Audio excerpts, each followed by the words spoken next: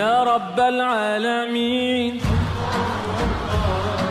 হঠাৎ বিশ্বনবী দেখলেন আকাশের সূর্যের আলো ক্ষীণ হতে শুরু করেছে, কমতে শুরু করেছে। তিনি খেয়াল করে দেখলেন এর কারণ সাইয়েদনা জিব্রাইল বিশাল ফেরেশতাদের বহন নিয়ে পৃথিবীতে নেমে আসছেন। পড়েন সুবহানাল্লাহ।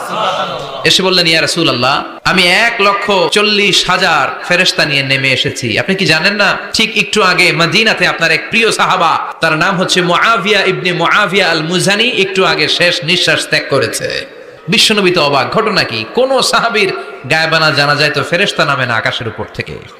বিশ্বনবী জিজ্ঞেস করলেন, জিব্রাইল, কোন সাহাবীর গায়বানা জানা যায়? তোমরা আকাশ থেকে এত ফেরেশতার বহর নিয়ে নামো নাই? কি এমন আমল করেছে আমার মুআবিয়া?